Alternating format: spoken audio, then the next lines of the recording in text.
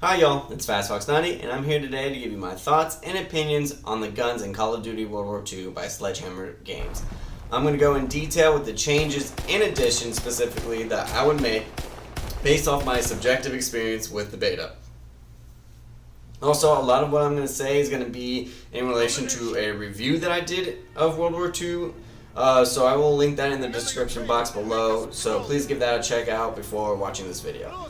And before I go into the actual changes, I want to give you my, general philosophy and core values of what I think a good shooting game is when it comes to its guns in relation to a good gameplay experience. Because I think that will help explain some of the changes and additions that I'm going to say throughout this video.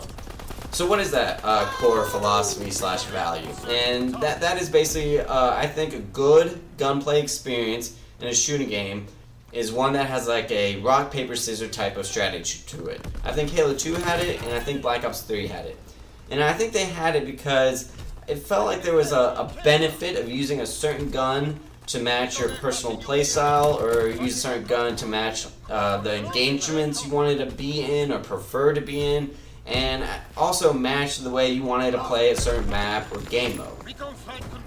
And usually that rock, paper, scissors should go like, for example, the SMGs should usually beat the rifles, snipers, LMGs at close range, but shotguns would normally beat SMGs at those same close range battles. ARs would beat SMGs at medium range, while LMGs beat ARs at medium, long to long range engagements, and snipers would normally beat all other classes at long ranges, but struggle in the close range game.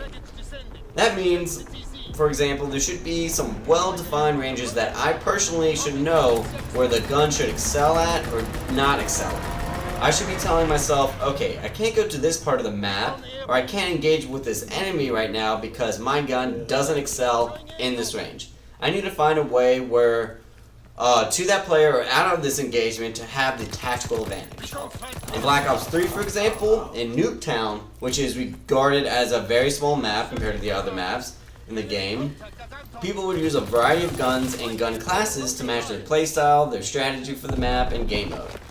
I would see snipers, shotgunners, SMGs, LMGs, ARs, all in the same small map. And it would play differently every time because depending on who was playing and what guns they were using and what strategy they were implementing, it would be different, and that created that fun experience that I really loved about Black Ops 3. Snipers would be on the second floor or in the garage, while SMGs or shotgunners would be running around in the houses or in the middle of the map. I would use the dingo, and I would avoid the small areas in between the buses or in the houses because I knew that's where I would lose my close range battles. So what I would do is just hug in the outside of the middle of the map, and I really did well in those situations. But in World War II, I didn't get that sense. No matter what engagement it seemed like I was in, no matter what area of the map, no matter what game mode or map, people used SMGs and were finding a lot of success. It didn't matter if I had an AR, LMG behind a head glitch and medium engagements, I still were losing a lot of fights to SMGs, and I don't think that should be the case, and it just kind of highlighted the overall problem of the SMGs being overpowered. And that's basically my philosophy, and the changes and additions will be based off of that kind of rock, paper, scissors mentality. And with that being said, before I go into it, I want to acknowledge that I do know this is a very subjective and opinionated video, and I could be completely wrong. And I could be very biased about it because I really sucked during the beta, and that saltiness could really be impacting my judgment, and the changes could give me an unfair advantage. I get that, and I just want to let y'all know. I also know that I don't know the stats of the guns or the mechanics in the game or the engine, so again, it's just based on my subjective experience of how I felt. The changes that I say could help make it more balanced. With that being said, let's get right into it, and I'm going to start off in a little bit more general sense, and then we're going to get more detailed as we go along. And first off, the one thing I would change is add more aesthetic changes to the weapons when adding attachments. The only ones I would really see change would be the lens sights, extend mags, bayonet, bipod, and suppressor, and those are obvious. Others like the rapid fire, steady aim, advanced rifling, grip, quick draw did not really add any visual changes. And I know it's World War II and they were trying to go for realism, and they didn't really have those attachments, but if you're going that route for the sake of realism, then don't make them attachments, make them something else. You can make those instead of attachments either a part of a division class or basic training perk. Steady aim used to be a perk, so why not now? That was confusing to me. And if they're going for the sake of, say, needing more attachments so you can choose a variety of them, I don't really need 1,000 attachments to choose from. If anything, I think that would make the game more balanced if certain attachments went to perks. It could even prevent certain overpowered gun combos from being created, even though I didn't get that sense, but I think that's because of the attachments themselves, and I'm going to go in that my changes for the attachments in another video. And if they, for some reason, have to keep those unrealistic attachments to make a pseudo-realistic World War II game experience, then why not make pseudo-realistic World War II aesthetic changes to the gun? If you're going to have that creative freedom of adding fake attachments to World War II guns, then use that same creative freedom to add the visual changes. And I know, of course, it would be difficult when a gun's grip is also its magazine, like the PPSH, but, you know, you have that creative freedom, so do whatever you want. And that kind of also highlights the overall problem I have with this game, where it seemed like they made the game with no real direction or core foundation of what they wanted the game to be, and I think that's very important for making a good, solid game. It kind of seemed like they were just pandering too hard to the COD fanboys and fangirls by putting in everything that they thought fans wanted or liked in previous games into one World War II themed game, even if it didn't make sense or forced an unbalanced issue. If they wanted to ensure those attachments stay attachments, then why make a World War II game? They should have just made another Modern Warfare game where those types of attachments are more realistic, like a laser point. Instead, again, it kind of seemed like they were just catering to all the little fanboys and girls that were screaming for World War II, boots on the ground. And because of that, I think they really suffered for it because they didn't really have that core foundation or philosophy that really can drive a game to being a really great game. No way. But like I said, I'll go into like the more detailed changes that would make to the attachments in another video. But for now, I'm just gonna say, add some pseudo aesthetic changes to the guns, or either change some of the attachments to the division classes or basic training perks, because as long as the overall feel of creating and using guns and classes feel balanced and varied, then I'm satisfied. Another change I would do is to reduce the overall aim resist when aiming down sights for all guns. It seemed better towards the end of the beta, but it still seemed a little slow, and I don't know if they actually changed it or not, or I was just getting used to it. So for people who don't know, aim resist is the slowdown of the scrolling and aiming when you are aimed down the sights on an enemy. It was really hard to follow an enemy at closer ranges, and I would always seem to lose fights up close because of it. There is an option to turn it on and off, which I actually loved, and I hope they do that going forward. But it seemed equally as bad and too fast and too loose for me. I felt like I could never be pleased with this beta. But for one thing they could do is I would like to see maybe a sliding scale for this option instead of on or off. Maybe the max could be the on feel in the beginning of the beta, and it would go all the way down to the off feel of the beta. Or another thought could be to change the aim resist according to the range the enemy is at. So at longer ranges there would be more aim resist, and at smaller ranges less. This might be a part of the game engine already, so I don't know. But if anything, if it is, then they should make it more apparent and accessible at all ranges and gun classes. And I also hope that the gun classes themselves have different aim resist stats. SMGs, for example, should have less aim resist, so it's harder to shoot moving enemies from longer distances. And say LMGs have more aim resist to help them with longer distances, but make it harder at closer ranges. Again, I don't know if this is already a thing, but if it is, they need to make it more apparent and closer to that rock, paper, scissors philosophy that I mentioned earlier.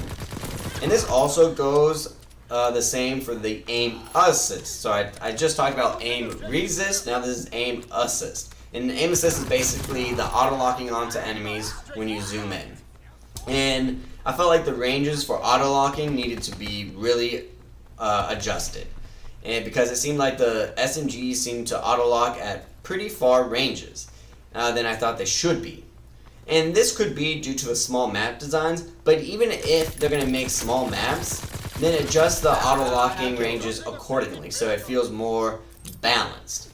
It's like, it kind of almost seemed like they had past COD game stats, like they had Black Ops 3 stats for all the guns, but because the maps were so much smaller than previous Call of Duty maps, it made, like, say, the SMGs way too powerful. So what I would do is I would adjust the minimum range and maximum range of all the guns to be able to lock onto enemies at different ranges in a more balanced way. I would reduce basically the overall max range for auto-locking onto enemies by the SMGs. And what I would also do is have the ARs have a wider range to auto-lock. So maybe the AR's minimum range to auto-lock is a little less than, say, the SMG's max range, and also increase the overall max range that it can auto-lock. And say, for the example, the LMGs and snipers could have a very high minimum range to avoid, like, say, quick scoping up close, but can lock on from across maps.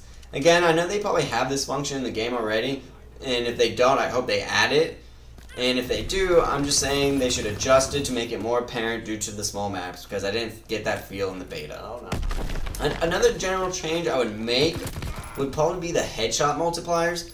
Headshots didn't really feel very advantageous to do so, even with high caliber on. I think, in general, SMGs should have no headshot multipliers, while ARs have a medium-sized multiplier, and LMGs and snipers have very large multipliers. Again, I know it could already be like this. I don't know the stats, I'm no drifter, but I do think they should change them to make it feel more apparent and more important to go for headshots, especially if you have an LMG, sniper, or an AR. Or another option could be to increase the area where you would get a headshot multiplier, which I kind of actually like this idea more. So, for example, instead of needing to just hit the head for a headshot multiplier, maybe it could increase to neck and above, or maybe heart and above, depending on the gun class, or maybe if you have high caliber on. I think that's a better idea than just say if you hit the head, you get that multiplier. And lastly, one of the changes that I would do is increase the overall flinch of being hit while aiming down sights or while hip firing. There is barely any flinch in the beta, and this has always made me mad when it comes to shooting games. And I feel like because it seems so unrealistic that you can shoot an enemy while being shot at and getting hit with bullets and not be fazed by them. I think hip firing, for instance, should have a lot bigger flinch than ADSing, making it more beneficial to ADS instead of running around and shooting everything up. Especially for SMGs, I think that would be a really good idea to make them more balanced. And also, there should be more flinch according to the gun class. So SMGs should have a lot more flinch than ARs, ARs should have a lot more flinch than LMGs, and snipers, and so forth. And also, I think it should be different whether you're crouching or being prone. And again, I know this might already be a mechanic, but geez, make it more apparent, for God's sakes. It didn't seem like it had any in the beta, and I was losing so many fights because of it, and it was really frustrating to see that. So now I'm going to go into the specifics of each sub-gun class, and then a little bit more in detail with each gun class, just to touch on more specifics with each gun. So starting off with the SMGs, which you probably already know from my disdain of them, they were way too powerful in the beta. And what I would do to make them more balanced is basically reduce the overall rate of fire of all of them, and adding more recoil or making the recoil harder to manage, especially aiming down sights.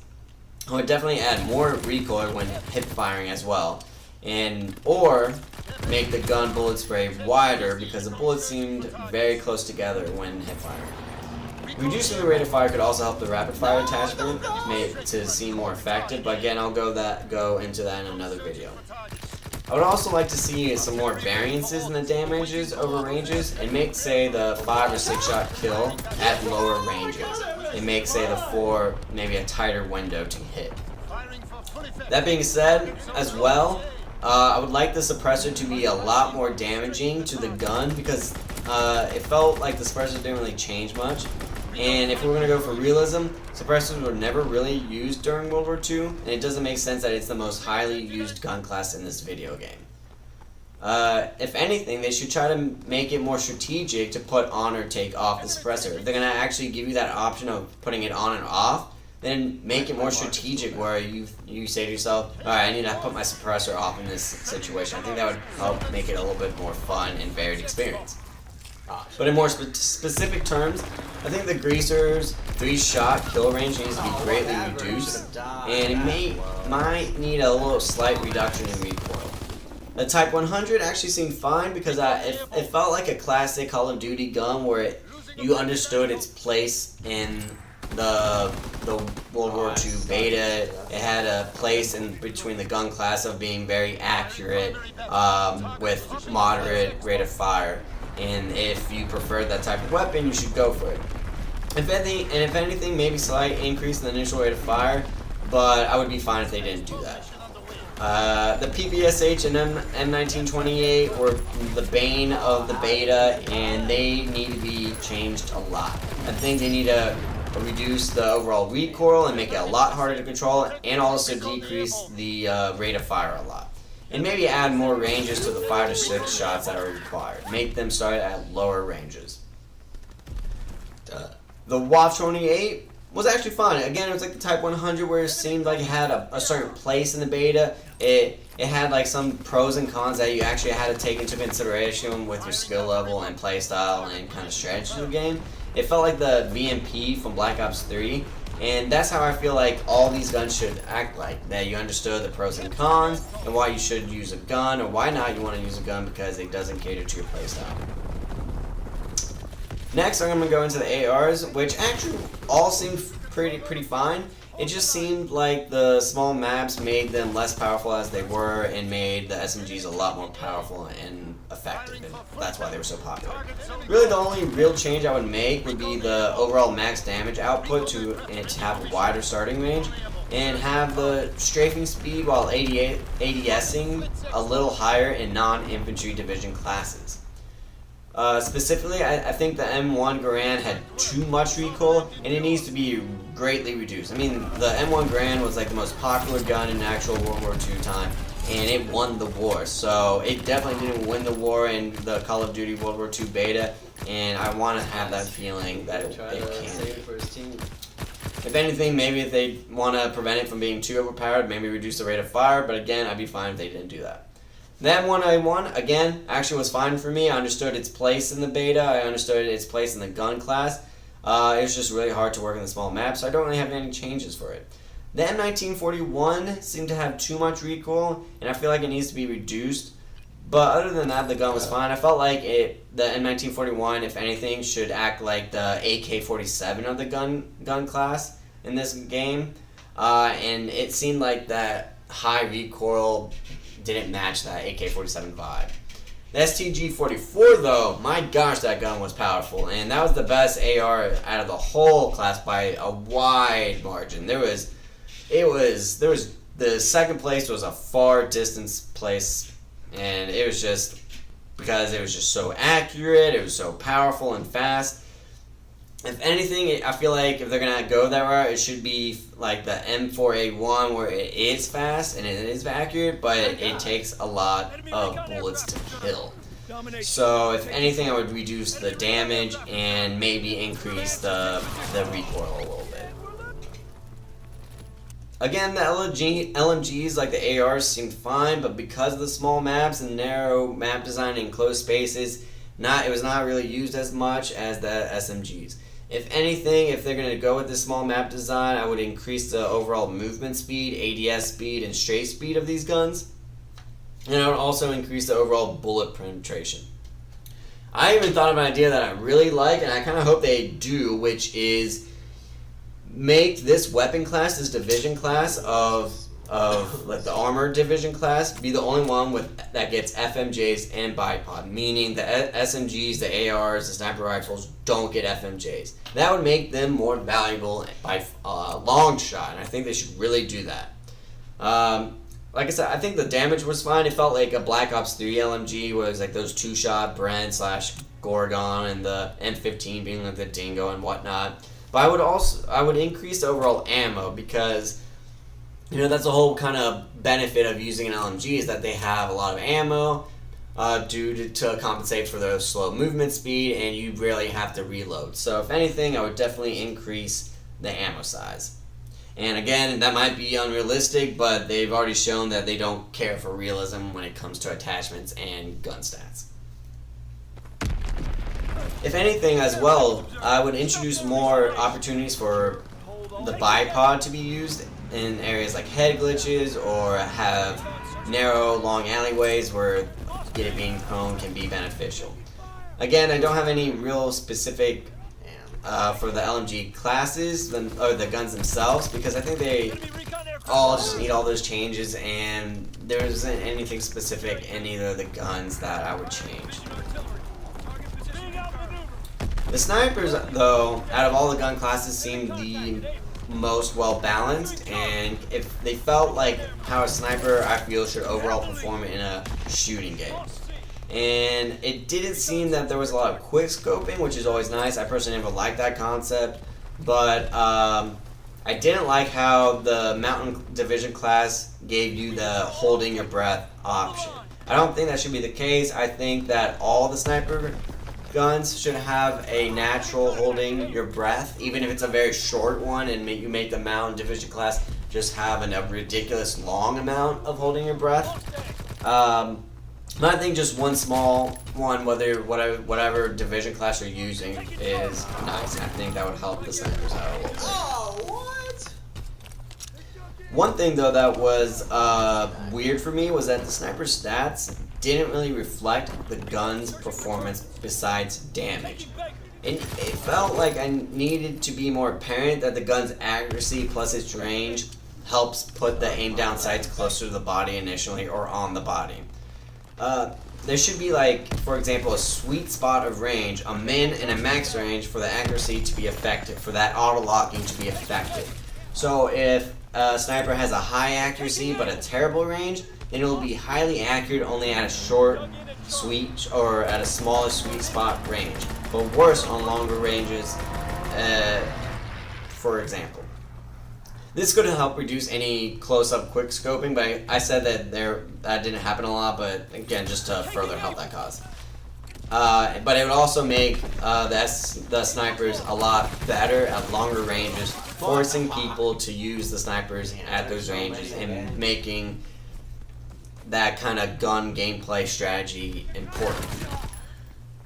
I actually wouldn't even mind if the snipers could have a bipod as well. It could kind of be like a ballistic CPU from previous COD games.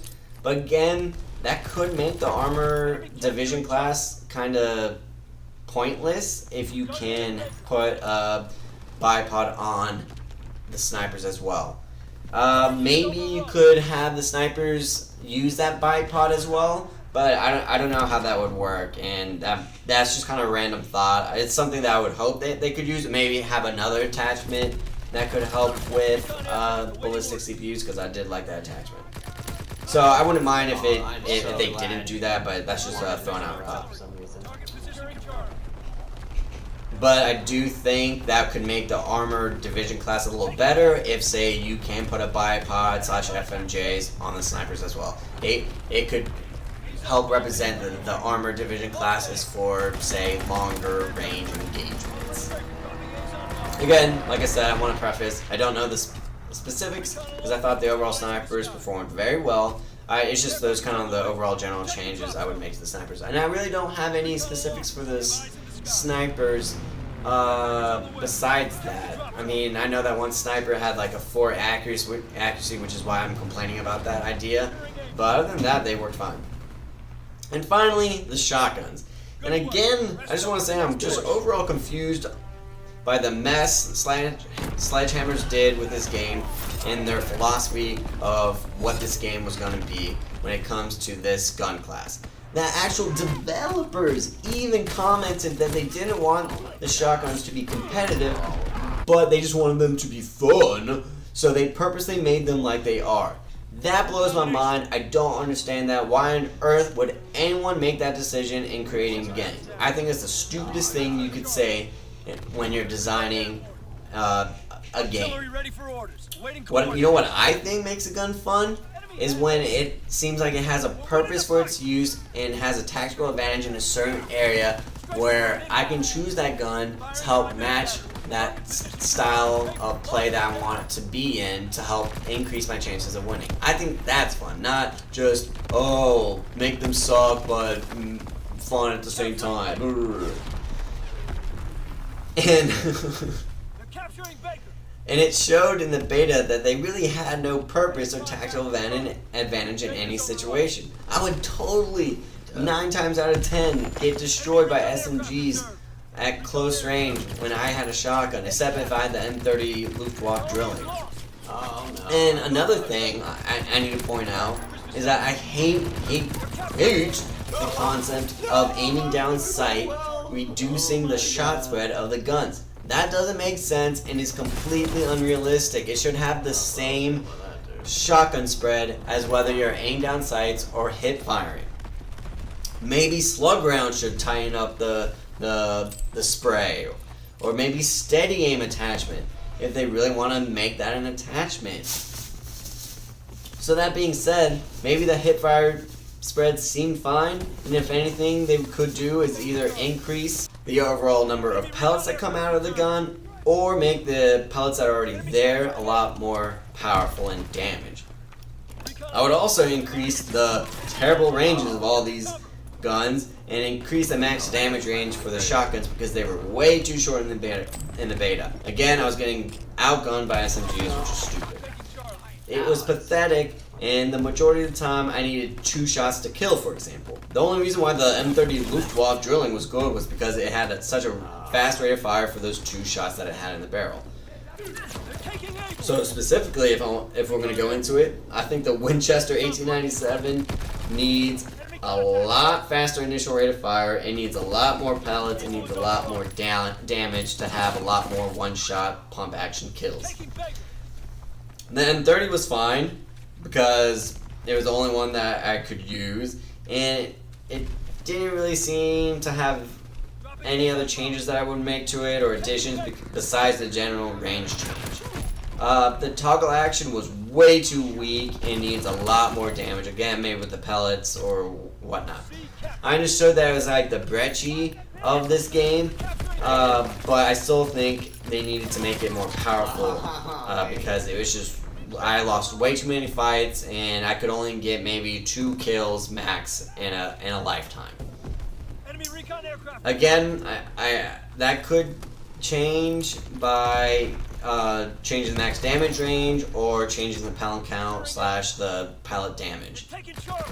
The secondaries I didn't really get to play with much just because I never really used them in my style of play. I usually rely more on the primary weapons for my kills, but the times that I did use them, I thought they were all fine. I understood why all of them had a place in the beta and its gun class.